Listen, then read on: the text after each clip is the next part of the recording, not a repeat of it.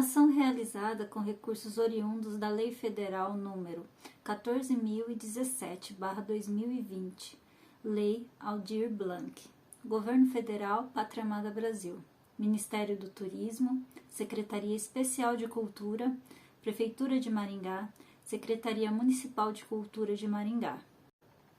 Escrita de histórias ficcionais por adolescentes, por Josi Guerreiro. Aula 4. A estrutura da história. Olá! Tudo bom com você? Essa é a nossa quarta aula do curso Escrita Ficcional por Adolescente. Conta pra mim se você tá gostando das aulas. Bom, na aula de hoje a gente vai aprender sobre a estrutura da história. Bom, você deve estar me perguntando, eu só queria escrever história, por que eu tenho que planejar, por que eu tenho que estruturar a história? Daí eu vou ter que te explicar algumas coisas antes de te contar como que se estrutura uma história. Vem comigo, vem aprender. Quando a gente escreve a história por pura intuição, muitas vezes a gente está escrevendo, meu Deus, eu não sei para onde eu vou. Não sei o que eu faço com o personagem, eu preciso chegar em tal ponto da história, ele precisa ir para tal cidade, derrotar o vilão, mas como é que eu faço esse entre meio? Muitas vezes acontece isso porque não há o planejamento. Eu sei que você gosta de assistir uns animes. Sabe quando o anime entra em filler? Que se você pular não faz diferença nenhuma? Então, muitas vezes quando a gente não planeja a história, acaba criando esses capítulos, essas partes que a história não vai para lugar nenhum. Se você cortar fora, não vai fazer diferença nenhuma. Por que é importante isso? Lembra que lá atrás eu perguntei se você quer escrever apenas para você ou se você quer escrever para os outros? Por isso que é importante a questão do respeito e de não enganar o leitor. Por quê? Porque as pessoas têm tantas opções para ler, nacionais, internacionais, que a gente tem que fazer valer o tempo dessa pessoa. Isso significa tirar tudo o que é desnecessário da história, certo? Porque a história não está pronta quando a gente colocou tudo que precisa, e sim quando a gente tirou tudo que não precisava mais, certo? Vamos combinar assim de colocar o que é necessário para a história? Bom, existem dois tipos de escritores. Vamos chamar esses escritores de escritor desbravador e escritor planejador. O escritor desbravador é aquele que escreve pela intuição. Um dia ele acorda inspirado, escreve 10 páginas. No outro dia ele abre o arquivo e não consegue escrever uma página porque não está inspirado. Bom, depender da inspiração é complicado, tá certo que é muito gostoso escrever cenas, que você teve aquela ideia maravilhosa, que a inspiração veio, mas a inspiração e a criatividade nada mais é que um estímulo diário ao estudar, ao planejar, ao pegar referências, ao assistir coisas novas, a ver vídeos interessantes. Tudo isso vai juntando na sua mente e vai formando uma base para a sua criatividade. Isso vai evitar que tenha aqueles brancos, vai evitar que você não saiba o que fazer com essa história. Não que todos nós não tenhamos um pouquinho de escritor desbravador, mas existe em contrapartida planejador, aquele que não coloca um A sem ter planejado antes.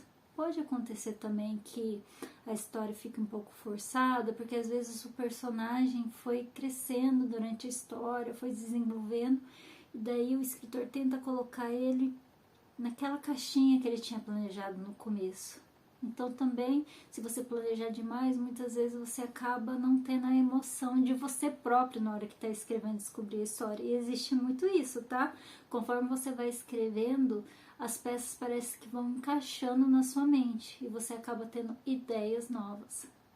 Então, o que eu diria? Lembra do personagem Superman e o Homem Comum, que a gente tem que achar um meio nessa régua? É a mesma coisa do escritor desbravador e planejador. A gente precisa achar um meio termo. Eu me sinto mais confortável quando eu deixo tudo planejado, mas eu deixo brechas para minha criatividade preenchê-la conforme eu vou escrevendo. E se eu tenho uma ideia muito boa, eu volto lá atrás no planejamento e vou alterando pequenos trechos na história para que essa nova ideia se encaixe. Por mais que eu acredite na inspiração, eu acredito na inspiração como consequência de pesquisa, de estudo, da estrutura, entendeu? De tudo que eu juntei na hora que eu estava criando a história para depois eu escrever, certo?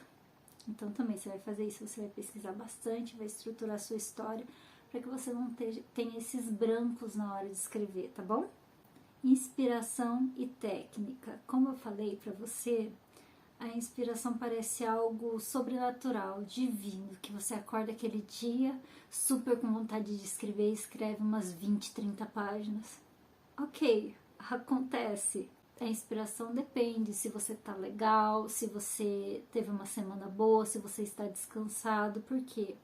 Porque a criatividade, se você olhar a pirâmide de Maslow, né, a pirâmide de necessidades, você vai ver que a base é você estar seguro, estar com uma alimentação boa, não ter problemas financeiros. Depois a outra parte é você ter amigos, ter um relacionamento, estar bem com a família. Daí subindo nas necessidades, né? Depois que você está seguro, está bem alimentado. Daí as realizações pessoais, os estudos, a fé. Mas por que eu estou dizendo isso? Não sei se vocês já repararam, já viram que os países e também os estados que as crianças são mais pobres, que têm pouca alimentação, elas têm um rendimento escolar menor. Por quê? Porque como é que a pessoa vai estudar, vai se concentrar se ela está de barriga vazia? É a mesma coisa na nossa criatividade. Se a gente não está bem, está com problemas, sei lá, com o namorado, está com problemas em casa, ou problemas também financeiros, a gente não consegue se concentrar e a inspiração não vem. Então, nessas horas, respira, tenta resolver sua vida, ficar em paz, que a inspiração vai voltar novamente, certo? Então, inspiração, se você precisa dela, você tem que tomar muito cuidado para não ficar refém dela. Por quê? Porque as técnicas vão suprir esse vão. Se você, por exemplo, pensou na história inteira, você não tem que ficar pensando no que o personagem vai fazer em seguida, porque você tem todo um roteirinho com os lugares que ele vai passar, as atividades que ele vai fazer, os personagens que ele vai interagir, o que ele tem que encontrar para chegar em certo patamar. Por isso é importante ter todo o planejamento, e a escaleta vai facilitar e muito você escrever e não depender completamente da inspiração, entendeu? A inspiração é ótima, mas você não pode ser refém dela, certo? Combinado? Na hora de pensar em uma história, sabe quando o professor ensinava redação na escola pra gente, que a redação tem que ter começo, meio e fim? É isso na história também, só que de uma forma um pouco mais expandida. A gente tem que ter a introdução para mostrar aos personagens como é a vida deles e como isso vai mudar, que é o ponto de virada. E depois desse ponto de virada que a vida do personagem muda, ou que ele tem que aceitar um desafio, ou ele é colocado em uma situação que não tem mais volta, né? Como Percy Jackson, ele descobriu que ele era um semideus, que os monstros, né, estavam indo atrás dele, que ele era filho de Poseidon. Isso mudou a vida dele, ele teve que ir para o acampamento meio sangue, então foi o ponto de virada dele, foi essa transformação na vida dele, e a partir daí a vida dele não foi igual. Então seu personagem tem que passar por uma situação, independente do gênero que você for escrever. Por exemplo, se você for escrever sobre terror, ele tem que ter alguma coisa que assustou ele, ou um monstro que está indo atrás dele. Se for a fantasia, ele pode descobrir que tem um mundo completamente diferente, ou ele conseguiu um artefato mágico. Se for um suspense policial, um thriller policial, normalmente é um assassinato que acontece, ou alguém que está sendo perseguido, certo? Se for um romance, é o encontro da pessoa amada, quando que a pessoa vai se apaixonar, a partir disso é que a vida dela muda. Em ficção científica seria encontrar um portal para outra dimensão, ou ver uma nave espacial, ou alguma pesquisa que acabou soltando um vírus na humanidade. Tá vendo que em cada gênero tem um ponto de virada? E dentro de cada gênero tem diversas possibilidades do que você pode fazer para ser o limiar da vida comum desse personagem para nova vida, que é esse ponto de virada. Depois do ponto de virada tem uma linha imaginária na história, que é o meio da história. Nesse meio da história você já vai ter que mostrado as características, os objetivos do personagem, contra quem ele tem que lutar. Tem que estar bem claro quem já é o antagonista, quem está querendo a mesma coisa do seu personagem, contra quem ele tem que lutar para conseguir o objetivo dele final. As cartas têm que estar na mesa. Você tem que ter mostrado para o seu leitor a maioria das coisas. Claro que uns segredinhos você vai deixando para o final e mostrando aos poucos, mas ele tem que compreender do que se trata a história e por que ele está lendo aquela história, ok? Então o meio da história é as cartas na mesa. Depois do meio da história, mais revelações, você vai mostrando cada vez mais, deixando menos mistérios, ok?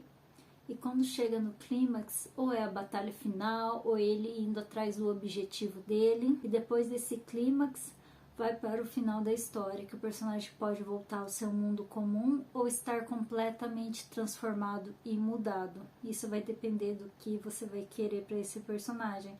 Ele pode ter um final positivo, né, feliz, um final negativo, né?